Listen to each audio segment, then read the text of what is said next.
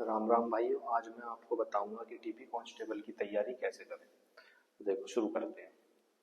DP constable इसके ये 100 number का पेपर होता है। 100 नंबर का पेपर होता है जिसके अंदर रीजनिंग, मैथ्स, कंप्यूटर, जीके ये सब आती है। अब इसके जो हम स्कोर देखेंगे कितने कितने आते हैं, तो रीजनिंग में आता है 25 नंबर, मैथ्स आती है 15 नंबर की, कंप्यूटर 10 नंबर और जीके 50 नंबर की। तो टोटल 100 नंबर का पेपर होता है। अब इसमें से हमें जो स्कोर करना होता है वो लगभग कितना कितना स्कोर करना पड़ेगा, जो हमारा स्कोर 75 प्लस आए, क्योंकि जो स्कोर क्लियर करने का होना चाहिए वो कम से कम 75 प्लस होना चाहिए यूआर के लिए। मैं सिर्फ यूआर की बात कर रहा हूँ क्योंकि मैं यूआर से हूँ, तो मुझे सिर्फ यूआर का अंदाजा है अच्छे से। तो आप अपने अपने कैटेगरी अकॉर्डिंग अपने मार्क्स डिडक्ट कर लेना जो यहाँ पर कमजोर हो। ठीक है, तो देखो रीजनिंग, सबसे पहले रीजनिंग की बात करते हैं। रीजनिंग में एटलीस्ट 23 क्वेश्चंस आपके बनने चाहिए एटलीस्ट। और मैथ्स में एटलीस्ट आपके 12 क्वेश्चंस बनने चाहिए। कंप्यूटर में 7 मार्क्स एटलीस्ट, और इसमें होने चाहिए आपके एटलीस्ट 30 मार्क्स। अब इसे जोड़ के देखेंगे तो कितना बनना है।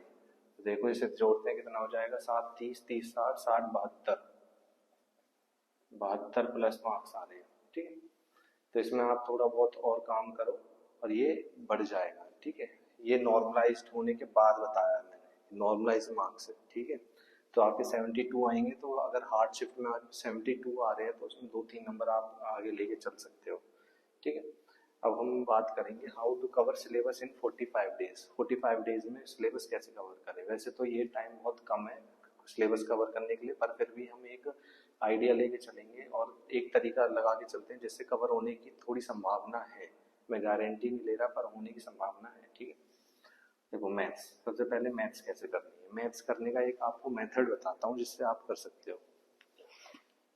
देखो मैथ्स कैसे कर सकते हो, जैसे आप कोई भी पीडीएफ है, जैसे टीचर से पढ़ते हो उसी तरीके से पीडीएफ बनाओ और उसके अंदर क्या करो, जैसे मैंने कर रखा है। देखो ऐसे पीडीएफ्स आती हैं चैप्टर वाइज, उसमें क्या करोगे कि क्वेश्चंस लिखे रहते हैं और आपको स्पेस दे रखा होता है आंसर लिखने के लिए। तो आपका एक क्वेश्चन लिखने का पार्ट खत्म हो जाएगा, तो इससे आप 2 से 3 दिन में एक चैप्टर कवर कर सकते हो मॉडरेट लेवल तक। ठीक है, तो ये हो गया सबसे बेस्ट वे मैथ कवर करने का। ठीक है, अब मैं आपको अगला बताता हूँ जीके। देखो जीके कैसे कवर करनी है।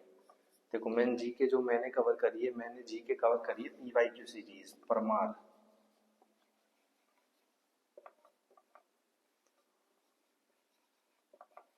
मैंने पीवाईक्यू सीरीज कवर करी है परमार से, जो परमार सर है उनकी पार्ट 4 कवर करी है। जैसे इम्पोर्टेंट इसे कवर करके, और इससे कवर कर सकते हो आप, ये बहुत बढ़िया है, इससे कवर करो जिससे आपको नई चीज नहीं पढ़नी पड़ेगी। ये पीवाईक्यू से बिल्कुल पीवाईक्यू का है सब कुछ इसके अंदर, तो उससे कवर हो जाएगा। ठीक, बात आई कंप्यूटर की। कंप्यूटर की कहीं से भी एक पीडीएफ उठा लो, नहीं तो मैं अवेलेबल करा दूंगा अपने टेलीग्राम चैनल पर। टेलीग्राम चैनल पर मैं सब कुछ अवेलेबल कराऊँ, मैथ्स, जीके और कंप्यूटर, अगर आपको किसी को फ्री में चाहिए होगी तो।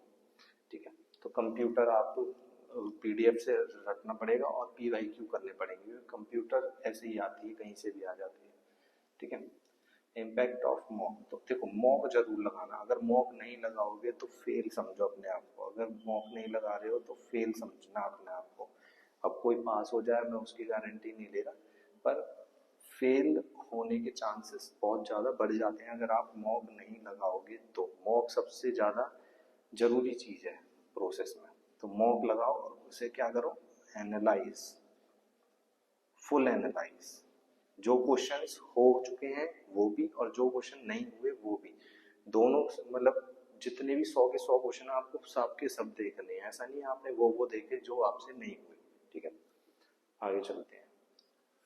एक चीज और आपको मैं याद दिला दूं कि आपको फिजिकल की तैयारी जरूर लेके चलनी है साथ के साथ, क्योंकि मैं जब आउट हुआ था तो मैं फिजिकल में आउट हुआ था। 2023 वाले एग्जाम में मेरा रिटर्न क्लियर था और मैं फिजिकल आउट हुआ था, तो आप इसके लिए बहुत ज़्यादा ध्यान रखना। थैंक यू, अगर कोई क्वेरी हो तो बताना। Thank you.